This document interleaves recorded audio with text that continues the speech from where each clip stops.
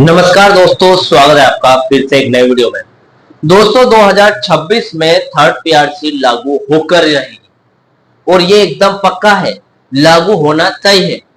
क्योंकि दोस्तों सरकार पर दबाव बनाने की पूरी पूरी कोशिश की जा रही है यूनियनों द्वारा।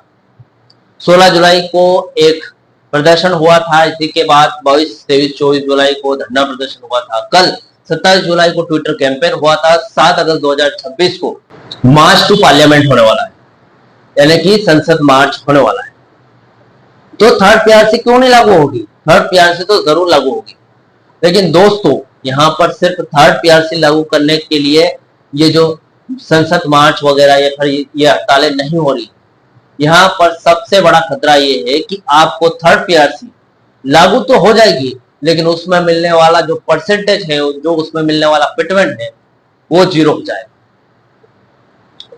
सरकार या फिर यूं कहे बीएसएनएल मैनेजमेंट की पूरी पूरी चाल है कि थर्ड पीआरसी तो किसी भी तरीके से इनकी लागू होकर रहेगी, लेकिन इनका फिटमेंट जीरो कर दिया जाए, ताकि सरकार को ज्यादा पैसा या फिर जो बीएसएनएल मैनेजमेंट को कंपनी की आय से ज्यादा पैसा खर्चना ना पड़े। थर्ड पीआरसी लागू होगी तो सरकार या फिर कंपनी का 10,000 करोड़ से भी ज्यादा का नुकसान होगा, लेकिन वो तभी होगा जब आपको परसेंटेज में फिटमेंट 15%, 10% बढ़ा कर देगी।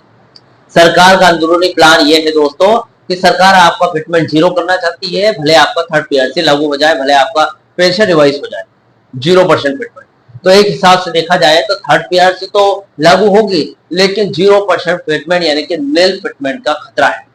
तो दोस्तों किस तरीके से पेंशनर्स एसोसिएशन या फिर कर्मचारी यूनियन हड़ताल करके 7 अगस्त 2026 का संसद मार्च करके किस तरीके से 5%, 10% या फिर 15% फिटमेंट हासिल करेगी, आज इस वीडियो में डिटेल तरीके से जानने वाले हैं। सबसे पहले दोस्तों चैनल पर नए हो तो सब्सक्राइब करें। मेरा नाम है सुनील विश्वकर्मा। दोस्तों मेरे द्वारा दी गई जानकारी आपको अच्छी लगे, सटीक लगे, सही लगे तो आप इस जानकारी को अपने पेंशनर भाइयों या फिर कर्मचारी भाई जो कि इस वीडियो तक नहीं पहुंच पाए उनके पास शेयर कीजिए। और दोस्तों इस वीडियो का एक लाइक करके जरूर जाए। चलिए दोस्तों बढ़ाते हैं वीडियो को आगे। दोस्तों 0% फिटमेंट का खतरा अभी से आया है, ये पहले नहीं था। 15% फिटमेंट की जगह 5 या 10% फिटमेंट की बात कही थी सरकार ने, लेकिन यूनियनों द्वारा या फिर एसोसिएशनों ने उसको खारिज कर दिया था और बोला था कि हमें 15% फिटमेंट ही चाहिए। अब ऐसे में यहां पर थर्ड पीआरसी लागू करने की तो बात आ ही रही है, साथ में 10 साल के एरियर की बात आ रही है और हालिया रिपोर्टों के हिसाब से अपडेट निकल कर आ रही है कि बीआरएस 2.0 भी 31 अक्टूबर से पहले लागू किया जाएगा। तो इन सब के लिए एक बड़ा बजट चाहिए होगा और बड़े बजट को सभी को देखते हुए उन्होंने ये सोचा है कि चलो ठीक है बीआरएस 2.0 भी लागू कर देंगे, 10 साल का एरियर भी हम किस्तों में दे देंगे, लेकिन थर्ड पीआरसी लागू तो करेंगे, लेकिन आपका जो फिटमेंट है वो जीरो, नील बटे सन्नाटा कर देते हैं, ताकि कर्मचारी और पेंशनर्स की थर्ड पीआरसी भी लागू हो जाए और साथ में ज्यादा पैसे भी खर्च ना करना पड़े बीएसएनएल कंपनी का जो कि घाटे में है उसकी स्थिति के अनुसार। तो कुछ ये हो रहा है। देखिए दोस्तों थर्ड पीआरसी लागू होना क्यों तय है, क्यों माना जा रहा है ऐसा? देखिए इसका एक कारण है बीएसएनएल थर्ड पीआरसी का बेसिक पे रिवीजन, पे स्केल स्ट्रक्चर अपडेट और आईडीए महंगाई भत्ता का बेसिक में विलय डीए मर्जर होना प्रशासनिक प्रक्रिया का हिस्सा है। पे स्केल अपग्रेडेशन की बात करूं दोस्तों तो 1 जनवरी 2017 के आधार पर बीएसएनएल का पे स्केल को थर्ड पीआरसी के फ्रेमवर्क में लाना तकनीकी रूप से जरूरी है, क्योंकि आगे आने वाले समय में आज से 5 महीने बाद 2027 लग जाएगा।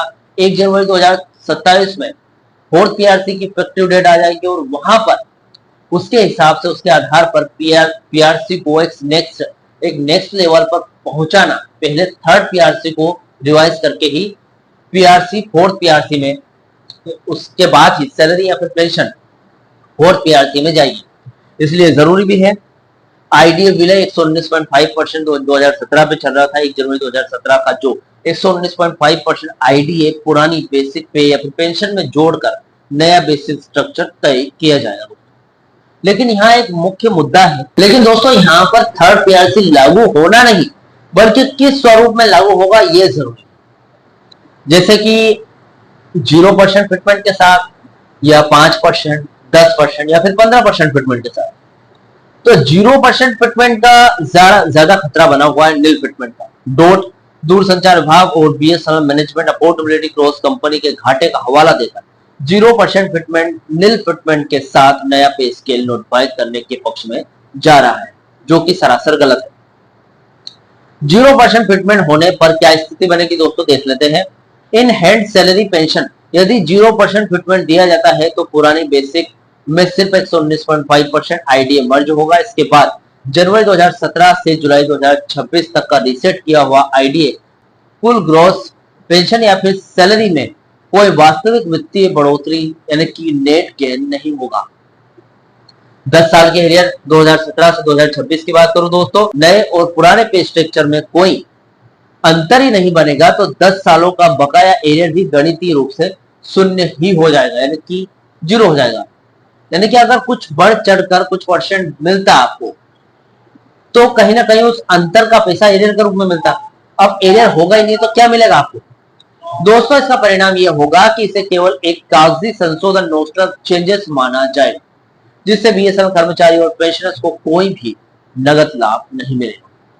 दोस्तों यहाँ पर यूनियनों की 15%, 10% की जो फिटमेंट की मांग है और उसके वर्तमान में कितनी गति से वो तेज है वो देख लेते हैं। बीएसएनएल एम्प्लॉय यूनियन, एआईबीडीपीए जैसी बड़ी बड़ी यूनियनों जैसे ही प्रमुख यूनियन और पेंशनर्स एसोसिएशन का स्पष्ट रुख यानी कि 0% फिटमेंट किसी भी शर्त पर स्वीकार नहीं होगा। 15% की फिटमेंट की बात करें दोस्तों तो थर्ड पीआरसी के तहत अनुशंसित अधिकतम फिटमेंट 15% यदि सरकार 15 या फिर 10% फिटमेंट देती है तभी कर्मचारी की सैलरी या फिर पेंशन में 8,000 से 15,000 तक की मासिक वृद्धि होगी। एरियर की राशि भी बनेगी। यहाँ पर अफोर्डेबिलिटी क्लॉज में छूट यानी कि वाइवर की स्थिति में बीएसएनएल के वित्तीय घाटे के कारण DP department of public enterprises DP के नियम के हिसाब से 15% फिटमेंट की अनुमति नहीं देते हैं। इससे केवल केंद्रीय कैबिनेट, यूनियन कैबिनेट की विशेष मंजूरी द्वारा ही रिलैक्सेशन दिया जा सकता है। आज की स्थिति के हिसाब से दोस्तों 27 जुलाई के घटनाक्रम की बात करूं तो 27 जुलाई का ID order BSNL corporate office में 27 जुलाई 2026 को केवल नियमित यानी कि त्रैमासिक 3 महीने का आईडीए बढ़ोतरी, आईडीए इंप्लीमेंटेशन 3.5% वृद्धि का आदेश दिया जा चुका है, जो कि 27 जुलाई को ये आदेश दिया था, जिससे कुल आईडीए 241.8% हो गया है। इसका थर्ड पीआरसी या फिटमेंट प्रतिशत पर कोई भी संबंध नहीं है। दोस्तों ट्विटर एक आंदोलन का प्रभाव भी पड़ा है। 27 जुलाई 2026 के डिजिटल ट्विटर कैंपेन से डोट और बीएसएनएल मैनेजमेंट तक संदेश जरूर पहुंचा है, लेकिन प्रशासनिक नीतिगत स्तर पर अफोर्डेबिलिटी क्लॉज में छूट देने के संबंध में कोई भी लिखित फैसला नहीं आया है। दोस्तों 7 अगस्त 2026 को संसद मार्च होने वाला है। यूनियनों का मानना यह है कि केवल सोशल मीडिया अभियानों से सरकार नीतिगत छूट नहीं देती है। इसी कारण 7 अगस्त को नई दिल्ली में प्रस्तावित संसद मार्च को अंतिम और निर्णायक रणनीति के रूप में देखा जा रहा है, ताकि सरकार पर राजनीतिक दबाव बनाया जा सके, जिससे थर्ड पीआरसी में सम्मानजनक फिटमेंट सुनिश्चित कराया जा सके। फिलहाल दोस्तों ये अपडेट थी। इस अपडेट से जुड़ा हुआ जो भी आपका डाउट है, क्वेश्चन वगैरह हो तो मुझे कमेंट बॉक्स में कमेंट कर सकते हैं। वीडियो अच्छा लगा तो वीडियो को लाइक कमेंट जरूर करें। मिलते हैं दोस्तों नेक्स्ट वीडियो में। सी यू सून।